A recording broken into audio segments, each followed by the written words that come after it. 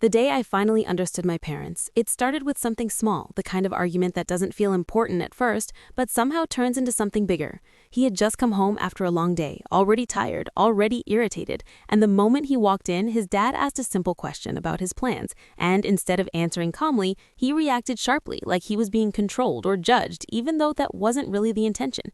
His mom tried to calm the situation down, saying something simple about responsibility, but by then the tone had already changed, and what could have been a normal conversation turned into silence, the kind that fills the room but says nothing. And for the rest of the evening, no one really spoke.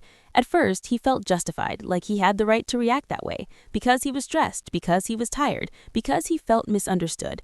And in his mind, it made sense. But later that night, when everything was quiet, something felt off. Not guilt exactly, just a quiet discomfort. He walked past the living room and saw his parents sitting there, not angry, not upset, just quiet, and for the first time, he noticed something he had never really paid attention to before. They looked tired, not just physically, but in a way that comes from carrying responsibility every single day without pause. And suddenly, things started to look different.